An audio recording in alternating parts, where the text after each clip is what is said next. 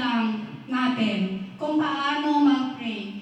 Yung adoration, confession, at thanksgiving, at saka supplication. So, yun po yung apat na kung paano tayo mag-pray. So, ngayon naman po ang ating tema. Ang tema po natin is power of prayer. Kung paano bang magiging powerful ang prayer natin. So,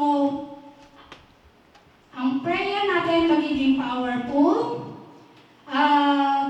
Yun po ang ating tema. Ang ating topic or ang ating subject ay prayer. Ang ating tema ay ang power of prayer. At ang transitional statement ko po is why power of prayer is important. Bakit importante sa atin na maging power ang ating prayer? So, ito po, meron po akong 3 points. Ang unang points ko po ay ang to change things. Ang sabi, power of prayer is important to change things. Ang sabi, change things, when we pray, we are asking God to change things. And when He answers our prayer, He does change things. Diba meron nga, sabi nga, we can move a mountain. Pagka tayo ay nanalangin, walang imposible sa Panginoon. Lahat, kaya niyang ibigay sa atin, kahit ang mga imposibleng bagay. Kaya niyang gawin para sa atin. Lalo na diba sa kay Elijah, di ba nanalangin siya na wag umulan? Pero, hindi nga umulan. Ilang taon?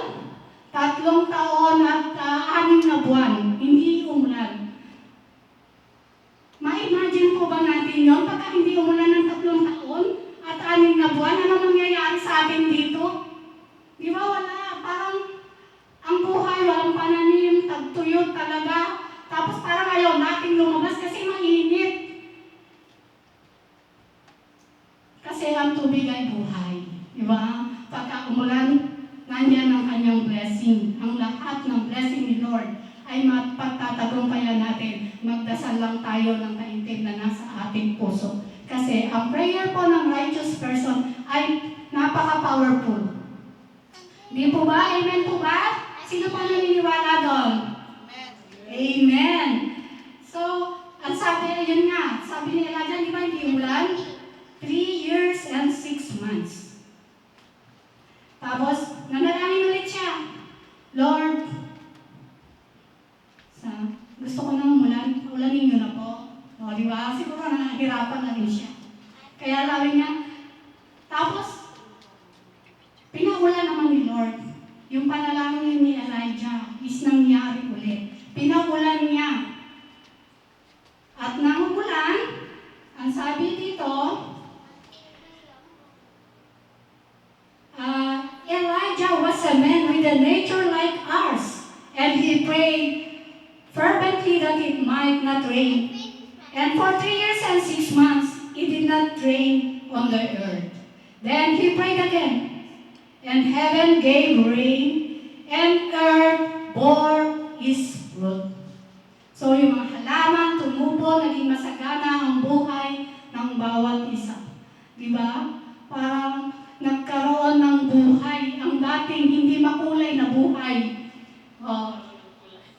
Naging makulay kasi nagaganda ang green na puno. Nakikita natin ng mga halaman, ng nagagandahan. At syempre tayo magagandahan din. Kasi makakaligo na tayo sa ulan. So ayan po, ang sabi dito sa James chapter 5 verse 16. Ang sabi dito, Therefore, confess your sin to one another and pray for one another that you may heal. The prayer of a righteous person has great power as it is working. So, kailangan din po pala natin na ipag-pray natin ang bawat isa. Very powerful po pag lalo na pagkasama-sama po tayo pag-pray ang isang kapatiran or kung sino man po ang gusto natin ipag-pray. Powerful po siya at syempre, magiging powerful lalo yun kung tayo ay matuwid. Di po ba? Na tayo is a righteous person, is very powerful ang prayer. At iyon ay pinapakinggan ni Lord. Kasi pagka pinakinggan ni Lord ang ating panalangin at ibinigay niya iyon sa atin, yun po, magbabago ang lahat ng bagay. So, natatandaan na po natin kung ano po ang unang, point? To change things. So, yun po yung ating unang points. Ang topic, prayer. At ang ating ang tema, ay ang power of prayer. At ang transitional statement natin is why power of prayer is important. At yun ay ang unang point natin ay to change things. So, dadako na po tayo sa pangalawang point po natin. So, ang pangalawang point po natin is to transform our lives. To transform our lives. Ang ibig sabihin, through prayer for transformation, we open ourselves up to the guidance and presence of the Holy Spirit, who has the power to help us renew our minds, heal our wounds, and restore our souls.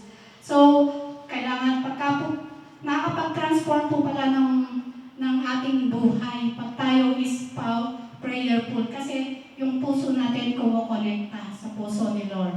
At ang una pong dapat na-transform, hindi yung katabi nyo, hindi yung kapitbahay nyo, hindi yung kamag-anak nyo. Sino po ang dapat unang ma-transform? Ang sarili natin. Unahin po natin ang sarili natin na baguhin. Kaya,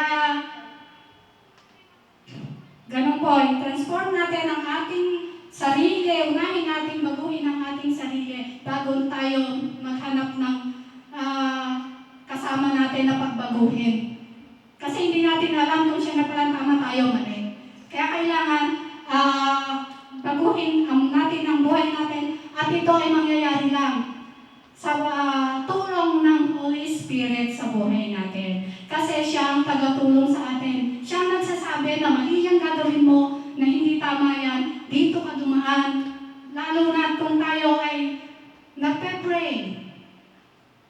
Lord, ano ba talaga ang dapat kong gawin? Kahit ito ay paggastos ng pera, Lord, ito ba ay dapat kong bilhin? Ito ba ay makalulugod sa iyo, Lord God? O ito ba ay makapagpapahirap lang sa akin? So, kailangan po tayong araw-araw na mag-pray. At para mabago natin po, sabi po sa Romans chapter 12, verse 2, do not be conformed to this world, but be transformed by the renewal of your mind, that by testing you may discern what is the will of God, what is good and acceptable and perfect. So, hindi lang tayo mag-conform, kundi to be transformed by the renewal of our mind. Nabaguhin natin ang ating pag-iisip, ang ating mga nakaugalian na hindi naman kalugod-lugod sa Panginoon. Kailangan na nating baguhin ang ating sarili. Kasi pag tayo ay nagbago, pag tayo ay naging prayerful at sumunod tayo sa Panginoon, sa kanyang mga iniuutos o sa kanyang pinagagawa sa atin. Kasi ang Lord may calling para sa atin. At ang maganda ron, kailangan hindi tayo mag-stop. Do not stop. Keep praying. Keep po tayong magdasal. Kasi siya ang mag-guide sa atin kahit na sabihin natin si Satan andyan lagi. Kasi naranasan ko po nang pinag-aaralan ko itong prayer. Talagang nawala rin po ako sa prayer.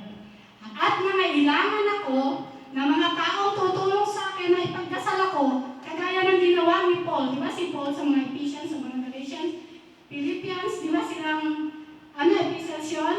Na sabi niya ipagdasal din siya, di ba? Nahingi siya ng at si Jesus Christ, ganun din, hindi lang yung sarili niya, pinagdadasal niya. Pinagdadasal din niya yung mga apostles niya, at saka ang mga believers na naniniwala sa Kanya. At yun po, at ang example ko po dito ay yung kay Hannah. Sino po nakakakilala kay Hannah? Yun po makikita sa 1 Samuel.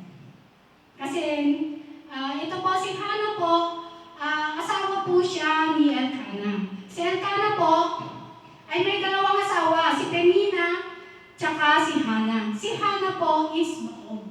Hindi po siya magkakaanak. At si Penina may dalawa ng anak.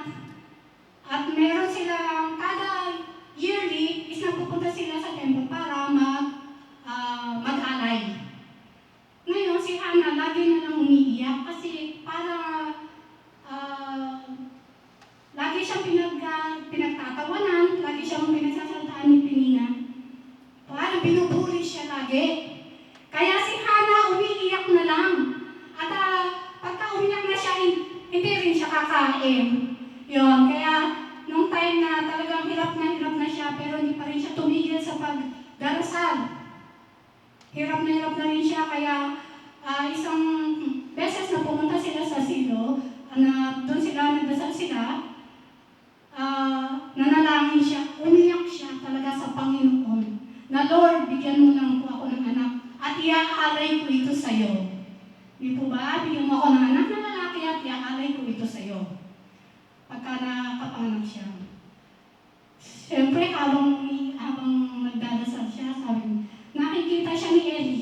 Yun yung pastor o priest doon sa nasing. Akala niya lasing si Hannah, kaya sinabihan niya na umuwi na. At bakit pa naglalasing? Nung umuwi si Hannah, nagsiping silang dalawa ni Elkanah. At nagbago, na-transform ang buhay ni Hannah kasi nabuntis siya. At nung nabuntis na siya, inialay niya ito. Nung inaawat na niya, sa pagdali sa kanya, ibinigay na niya ito kay Eli sa temple. At doon na siya lumaki. At ang pangalan po niya ay Samuel. Yun po. Kaya po si Samuel po yun. At yun, nagkaroon pa siya ng anak. 3 lalaki, 2 babae, basta nagkaroon. Ito po ang ni Hannah. Hannah is unfortunately barren second wife, ridiculed and humiliated by the wife who easily bore children. So Hannah pleaded with God for a son, promising to give him back to the Lord.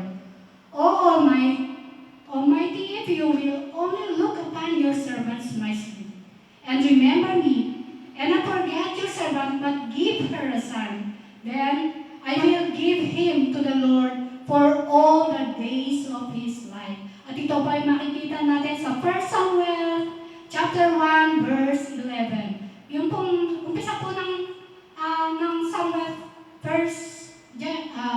chapter 1, yun na po yung kwento nila Hannah. So, sure enough, Samuel became the greatest prophet in Israel history who maintained direct communication with God throughout his life. In addition to Samuel, God gave Hannah 3 more sons and 2 daughters. When we are willing to give our best to God, He blesses us with more. So pag naniwala tayo na talagang may Diyos, ang blessing ni Lord ay umapaw sa atin. Hindi lang yung hinihiling natin ang bibigay niya. Dadagdagan pa niya, kagaya ni Abraham, tanangin siya ng wisdom. So, binigyan siya ng wisdom, pero meron pang bonus. Diba? So, yun po. Ang pangalawa po natin, boys. Ano po yun? Ang sabi, to transform our lives. Ang unang points, diba? To change things. Ang pangalawa, to transform our lives. So, dadako po tayo sa pangatlong points natin. Ang pangatlong points po, to worship and praise the Lord. So, ito po ay opportunities to speak from your heart to the heart of God. He loves our prayer and worship. God requests, commands, and requires them if you are to be more than a conqueror in Christ Jesus. Any effort we produce ourselves is not even slightly visible next to the power of God who formed, made, and created us. So, ang power of prayer din po is importante pag tayo ay nagpa-praise and worship. Kaya po, di ba, sa umpisa ng ating service sa church, ang praise and worship na tayo, may dalawang klase siya. Ang una is yung attitude natin na mag-kneel down tayo sa Panginoon. Di po ba? At siyempre, pag tayo nagpa-praise and worship, yung ating puso nababago. Kasi ako po natatandaan ko po, na palagi, yung bandang huli ng praise and worship natin, umiiyak na ako. Kasi feel ko yung Spirit, ang Holy Spirit na nasa akin, na ang Panginoon talagang pagka tayo ay naninigluhod sa Kanya, tayo hindi niya pababayaan. Nalulugod po siya na tayo ay nagpo-praise, na nagpupuri sa Kanya, na kumakanta tayo sa Kanya. At sabi po sa Psalm chapter 9 verse 2, I will be glad and rejoice. In you I will sing and praises of your name, O Most High. So, nagagalak po siya at I will be glad and rejoice. At tayo'y kakanta ng papuri para sa Panginoon. At ang sabi sa Matthew chapter 4 verse 10, Jesus said to him, Away from me, Satan, for it is written, Worship the Lord your God and serve Him only. So, kaya po tayo nananalangin bago tayo mag-praise and worship. Diba? Sabi niya, umalis ka dito. Sabi niya, Satan. Kasi hindi ka para dito. Si Lord ang para dito. Hindi ka kasali. Kaya, huwag mong guluhin ang aming pag-praise and worship. Ang sabi ni Lord, di ba? Nagpapaalis siya ng pero ng mga masasama, cast the devil, sabi niya. Pinag-alis niya. At ang example ko rito ay talagang si Jesus Christ. Kasi siya naman talaga, siya is a righteous, di ba? Wala siyang kasalanan. At siya ay matuwid. At ang sabi dito, ang example ko, Jesus is the most important figure in the Bible. He is known as the Son of God and an example of faith and obedience to God. Sabi po sa John chapter 4, verse 23 to 24, Jesus praised God when He said, Yet the time is coming and has now come when the true worshipers and worship the Father in spirit and truth. For they are the kind of worshipers and Father seeks. Jesus' faith and obedience to God is an example of how we should praise and worship God. Kailangan po palang tayo is mananampalataya at susunod tayo dahil ang Panginoon ay sinusunod niya. Lahat ng ginagawa niya ay galing sa Ama. Hindi po ba? Lahat ng pinapagawa ng Ama, hindi siya nagiging disobedience. Talagang lahat yon isinusunod niya. Diba kasi pag hindi niya yung sinunod, hindi mapatatapos ang propesya at hindi siya mapapako sa krus, lahat kasi ay nakaplano ng Ama para kay Jesus Christ. So, yun po. At saka si Jesus Christ po, kung natatandaan niyo po, na tuwing magkakaroon ng himala, di ba lagi siya munang nagdarasal, kahit yung naglakad siya sa tubig, di ba, iniwan niya muna yung mga disciples niya, pumunta siya sa bundok, at siya ay nagdasal. Yun, pagka naanuhan ko po siya sa Bible, na talagang tuwing magkakaroon siya ng miracle, nagdarasal muna siya. At siya po is prayerful na nasa Bible din po siya na gigising siya ng maaga. Madilim pa, pupunta siya sa isang lugar at siya ay magdarasal, magpa-praise and worship sa kanyang Ama. Diba? Ang tawag din niya nung siya ay Father. Pero nung siya ay nasa krus ng Kalbaryo, ano sabi niya? My God, my God. Diba? Ang tawag na niya? My God. Naging Panginoon din niya. Ang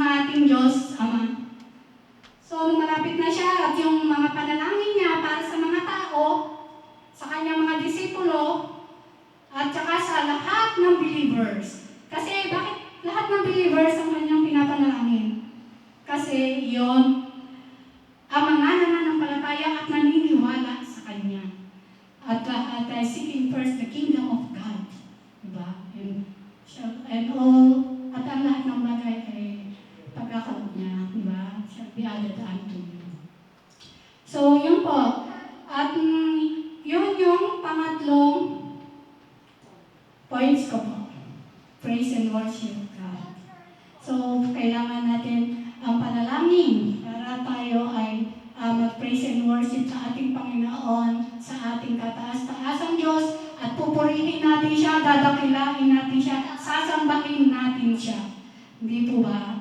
So, at yun po, ang pinaka-best example ko ay si Jesus Christ. So,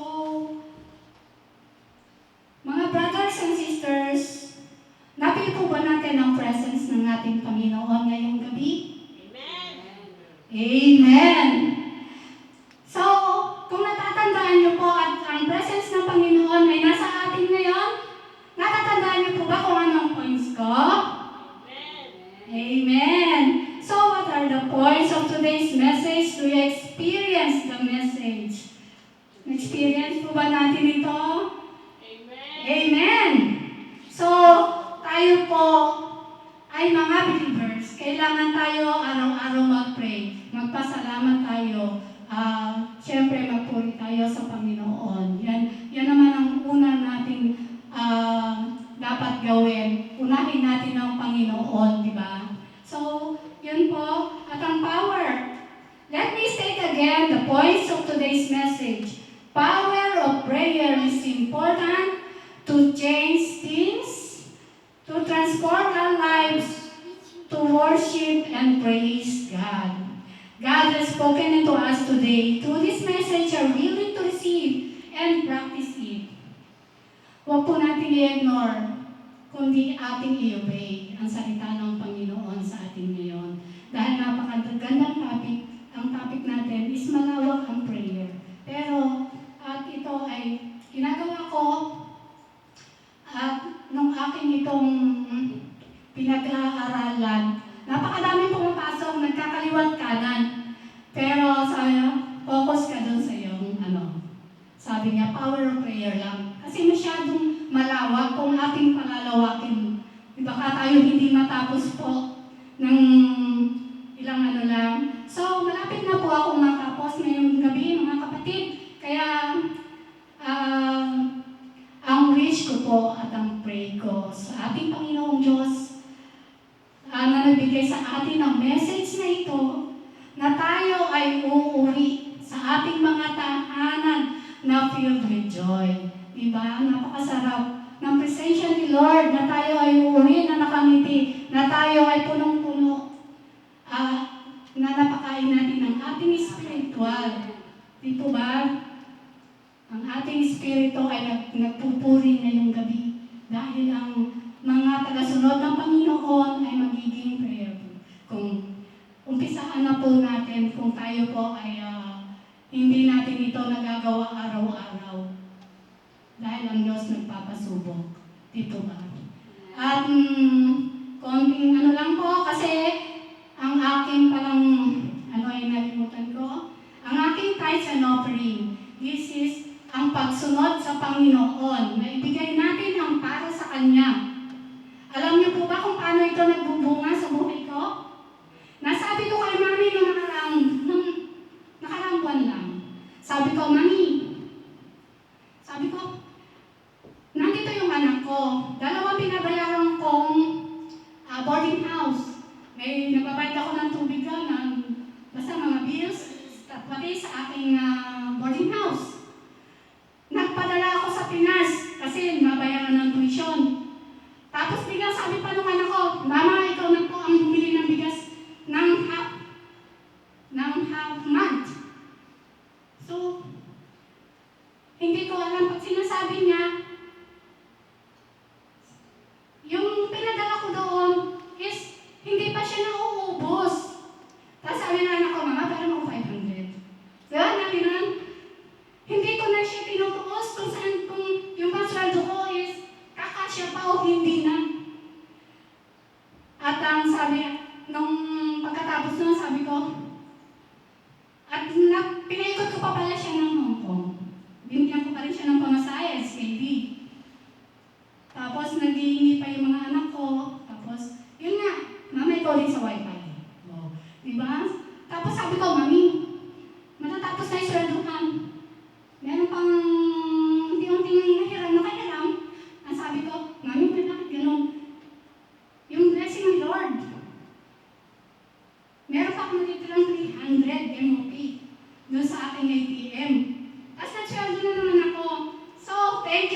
O diba, si Lord nagpapasubok.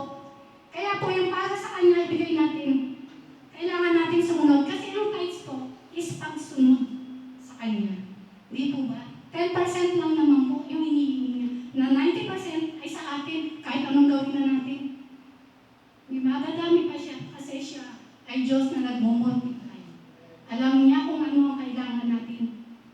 So, ito po ang aking tithes and offering. So, yan po. At ngayon po, dadako na po tayo sa ating. Kaya mga kapatid, huwag po tayong susuko. Laban lang. Dahil si Lord ay kasama natin. Lahat ng imposible ay magiging posible sa Kanya. Basta tayo ay mag-pray araw-araw. At huwag natin siyang kalilimutan na pasalamatan at papurihan. Yung sinabi ko po sa inyong apat na. That's, ano yun lang, yung acts. Diba? Acts lang po. So, ngayon po mga kapatid, tapos na po ako ng tema ko is power of prayer. So, remember this always. May the Holy Spirit remind us in our daily life. This message will surely bless us. Be-bless niya tayo. At papalakasin niya tayo. At avoid tayo sa mga temptation. At bibigyan tayo ng more peace para sa ating buhay. At siya ay help to find direction of our life. Bibigyan niya tayo ng direction kasi ang Holy Spirit ay nandyan para tayo i-guide. Hindi tayo maliligaw. So, at panghuli at panglima can work miracles to us.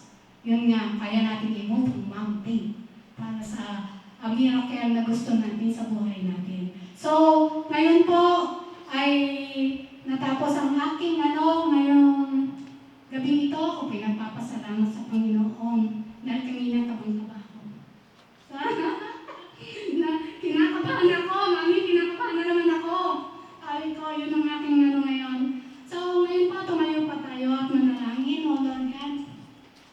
Ama naming Diyos na makapangyarihan sa lahat, kami po ay nagpapasalamat ngayong gabi dahil kami ay nakarinig at aming